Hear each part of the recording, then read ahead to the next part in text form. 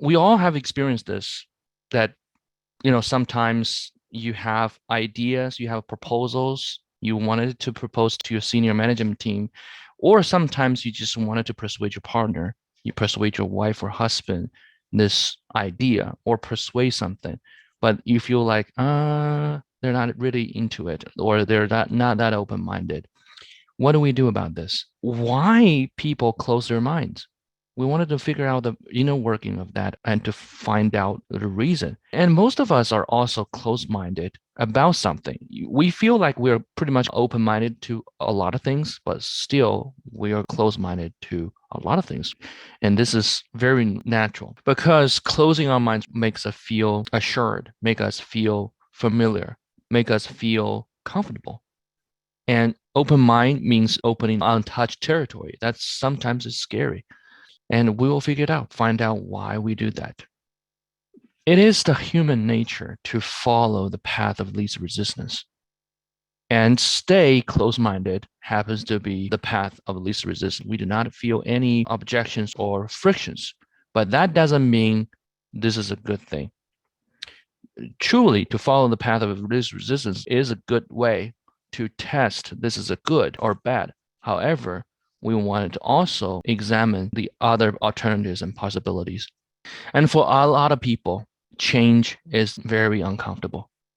From getting up early in the morning to changing a diet to engaging other people's hobby. For example, like try to read a novel while you believe you're not a reader, stuff like that, right? So we're going to talk about how to open a closed mind. First of all, we wanted to push on with change. We wanted it to change because in our deepest mind, our deepest heart, we know a lot of things we wanted. We wanted to change. We wanted, but we just don't know how. And we do not know how to push it because every time we want to change, the amount of resistance is so hard, and then we give up. So in terms of asking others to keep an open mind, first of all, we wanted to persuade ourselves. Before you even start a conversation and ask them to consider your views seriously, you need some serious persuasion skills. And persuasion is nothing but changing other people's worldview with something better. It's not manipulation. Persuasion is for good purpose. So you wanted to present with a strong case, with a strong evidence. You wanted to position your concept, position your idea, position your proposal with very good facts. And also, most importantly, you wanted to persuade them with the emotion. We all naturally think, the persuasion is about presenting the facts, but actually presenting the fact or evidence or some other logical reasons are just simply to impact the emotion of the person that you will try to persuade. So there's an equation from Beckhard and Harry. For change to work, there has to be sufficient dissatisfaction with the old way of doing things. In other words, this thing has to be painful enough. And Tony Robbins also said this. If you want to change, make the area you want to change painful enough and make the stuff that you do not want to change more pleasure. This is exactly like the atomic habit. If you want to change the habit, make it very, very painful. So much so you have to change. So it's an equation, is a balance between pain and pleasure.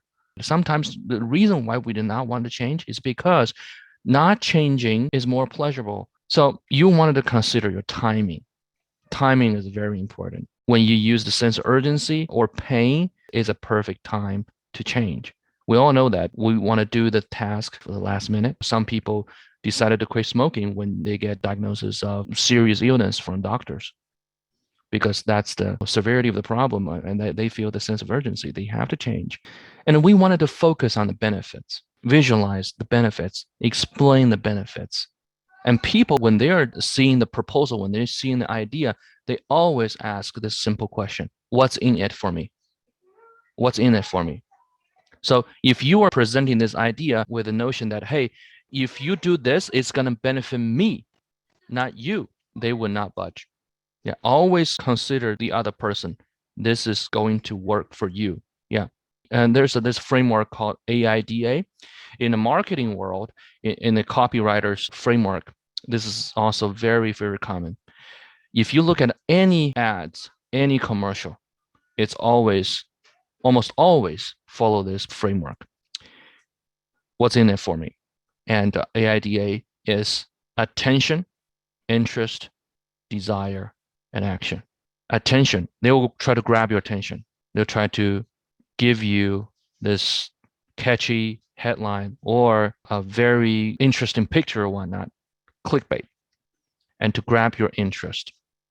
And then they wanted to create a desire, the desire you genuinely crave, the desire that you genuinely want to do it, and cause them to take a specific action. A lot of times, experienced or seasoned marketers, what they would do is they will lower the action threshold. For example, free trials or try it for $1, right? So if you want to change someone's idea, you can also use this. So attention, attract, and interest always focus on need and pain. If you wanted to propose an idea or even change an idea for a person right next to you, always focus on the need and pain. But the caveat is you really, really have to be genuine and truthful. You cannot manipulate other people. And also, you wanted to focus on the desire of the other party. What exactly are they afraid of in terms of the pain? And what exactly are they craving for in terms of pleasure? That's why here you wanted to inventorize and list the feature and benefits. Same thing, no matter this is a big proposal that is $100 million proposal, or this is a small request and persuade your teenage daughter to do the chores, you can all use this framework. And conviction, you wanted to show evidence, you want to show social proof. AIDA, it's hidden in all the schemes, all the marketing agendas. But we wanted to also use critical thinking. Critical thinking skill is very, very important. Simply put, we want to question everything. If someone is trying to persuade you something you wanted to, or someone is trying to ask you to change, obviously you want to question everything, including the proposal I'm talking right now. You wanted to question everything. The difference between open-mindedness and closed-mindedness is you want to use hypothesis and ample data and experiment to prove or disapprove the hypothesis before jumping to conclusion. This is actually a scientific mindset. In academia, I'm pretty sure a lot of you would agree that in scientific world, we do this all the time. We have a hypothesis and we design an experiment and we collect data and we do a lot of experiments, collect lots and lots of data, and then we get the results.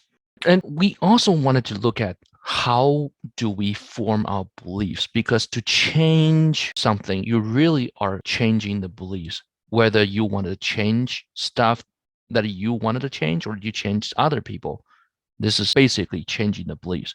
But if you want to change the beliefs, we wanted to look at how we form our beliefs. How do we form our beliefs? Our beliefs is a combination or a conglomerate of knowledge, meaning we learn from schools, we learn from we learn from all media, and also your future vision. Oh, I believe one day I could do this. Oh, I believe the future, blah, blah, blah. And also the past results that you experienced. You never had a good experience dealing with this particular brand or dealing with this person. So that's your belief. You come to the conclusion, this person or this brand or this city we come to a blank. And also events. Those could be accidents, could be traumas, could be just normal life events, all kinds of stuff. And environment, where you were born, and also the time you were born. A lot of us are born after 1970s or 1960s, using China, for example. That was in the heyday of Cold War, but China was ready to open the gate to the Western world. So the influx of information. So that could form someone's belief quite differently from other generations. Mahatma Gandhi said, your beliefs becomes your thoughts. Your thoughts becomes your words. Your words become your actions. Your actions become your habits. And your habits become your values, and your values become your destiny. If you want to change your destiny, you wanted to go back all the way to change your value, and then change your habits, and then change your actions, and basically is change your words, the internal dialogue, the self-talk, and then you will pretty much nail your thought pattern. What is your thought pattern? Basically, it's your belief. And where did you get all your beliefs come from? All those things. So change your belief, you change everything. So belief is basically the OS, the operating system, whether it's Android or iOS or whatnot or Linux. It's your operating system of your brain, how we do about things. And belief is experience plus indoctrination plus other fact or plus opinion or observation. So when we are trying to come into conclusions on certain things, A is evil, B is good, C is bad. We want to run this checklist. Is it an axiom? Axiom is the bolded concepts on our textbooks, right? Or the natural laws or the never changing, everlasting stuff like gravity. Or simply, is it an opinion? Or is it a fact? Or just an observation?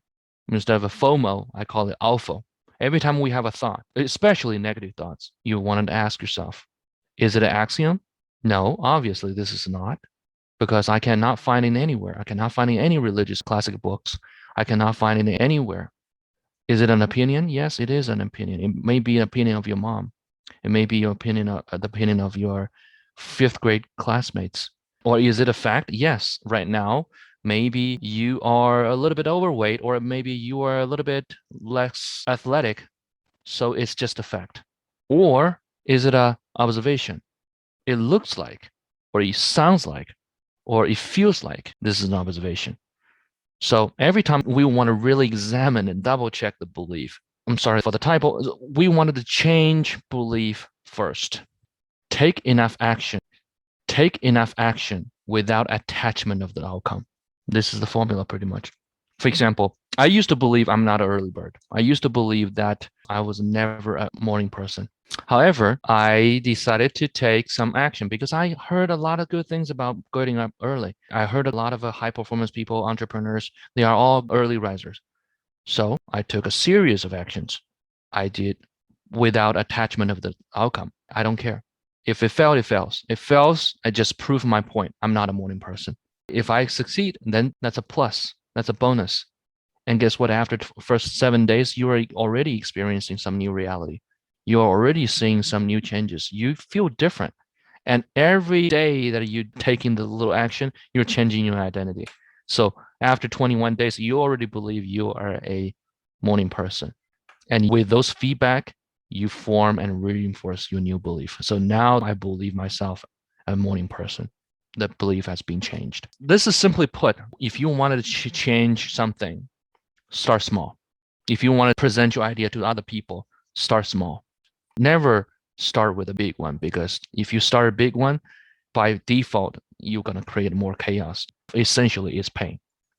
And powers of persuasion, we wanted to prepositions that have value and appeal and remain flexible throughout the process. When we are trying to persuade ourselves, hey, why don't you get up early? If what you propose yourself is that, oh, getting up early, I'm going to get my panda eye, I'm going to look like being punched, I'm going to feel exhausted. You do not want to do that. You want to shift the concept that, hey, if I can get up early, I will feel good. I will feel like $1 million. I will have more energy. It takes some designing. It takes some system. For example, my son, he doesn't have the concept of cleaning up the mess of his toys. I get frustrated and I step on several Legos in the middle of the night. It is painful. So I design a system. He likes cars. He likes all those miniature, matchboxes or Hot Wheels. So I buy a lot of them. I put it in the drawer. I tell them, hey, if you clean up before bed, next morning, I promise I'll give you one matchbox. It was $97. And the next morning he did. I kept my promise. Keep doing for over a week. And one night he was bursting into cries, crying so loud, I didn't know why. So it turns out mom gave him a bath a little bit early, so he didn't get the chance to clean up the toys. So he was so frustrated, fearing that he won't get the toys the next morning. So when he cried, I know this works. This works. I make him automatic. I make him motivated. I make him wanted to clean the mess because he already have that loop system. So we want to keep our minds open. If you want others to consider your views objectively, make sure you do the same for them. A lot of times, if we wanted to persuade our children to do something, we wanted to set an example. We want to start with yourself and think it over before making a judgment. And here I would like to introduce the ladder of inference or process of abstraction when making decisions. The ladder of inference is the whole subconscious or conscious thinking process that we actually go through this without even realizing it. When we are trying to make a decision or we take an action, we subconsciously are collecting facts that do the reality check. Oh, is it real? Is this too good to be true? Let me Google search it. Let me find the evidence. And then once you find the proof, you are also checking the interpreted reality. What does this mean to me? What does this mean? And then you will make your own assumptions. Again, assumption is just assumption. It doesn't mean it's real. It doesn't mean it's true. It doesn't mean it's false. It's just assumption. And then you get your conclusions, and then that will form your beliefs. And when you have your beliefs, you are likely to take actions or inactions. We all follow this ladder subconsciously. And sometimes when we are making decisions, the person who are around us are very important. Sometimes we have a conflict of interest. That's why we find the persuasion or changing other parties' ideas so hard. I have this client one time. She is in the process of personal growth breakthrough, lots and lots of breakthroughs. But she find it very hard to change her spouse's mind.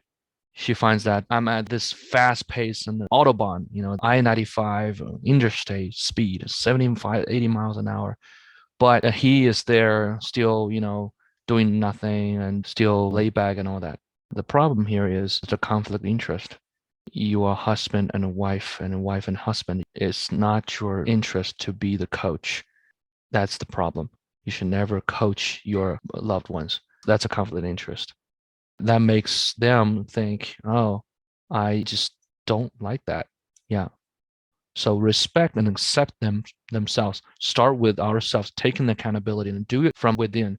Once you do that without attachment to the outcome, we'll see the benefit and they will follow suit. So don't rush into it. We wanted to listen, truly listen, listening with undivided attention. We do not just want to be the person, yada, yada, yada, showcasing all these benefits, but without truly listening to other people's needs and wants, especially pain. We all have experienced that sometimes we pick up the phone and this person, especially those robocalls, hi, our records indicates that your vehicle's warranty is about to expire, blah, blah, blah. They don't even bother to call me to greet me, right? And then they try to sell me some bogus plan. That is not listening. No wonder they have very low closing rate. But looking at the best companies in the country, especially the service-based companies like Quicken Loan or like a lot of good banks, they really spend a lot of time talking to each customers. I'm not endorsing any of them, and they have very good customer service. They won't put you on hold for like 2 hours until your AirPods run out of the battery. Yeah. So this is from Stephen Covey. Most people do not listen with the intent to understand. They listen with the intent to reply. And this is sharp. It hurts. However, it is truth. Sometimes we just use the courtesy to reply without listening. Listening is such an important skill. That's why it is listed as number 1 habit in the 7 habits of highly effective people. So convincing others of a new idea, technique, or practice is not always easy. This is the reality. Most people do not want to change. Very few are willing to change them. Even fewer are actually going to take the changes and seriously consider your ideas. It's simple. This is from Bible, right? Treat others exactly what you want to be treated. So key takeaway, we want to examine our beliefs thoroughly. How we get our belief, how we form our belief. This operating system I've been using for longest time, are they really axioms? Are they opinions? Or just facts? Or just this observation? I feel like, sounds like, looks like, and appears like. So we want to change our belief. Who am I becoming? First, we want to take massive, consistent actions. You form a hypothesis, Without experiment, you cannot prove your point or disapprove other people's point.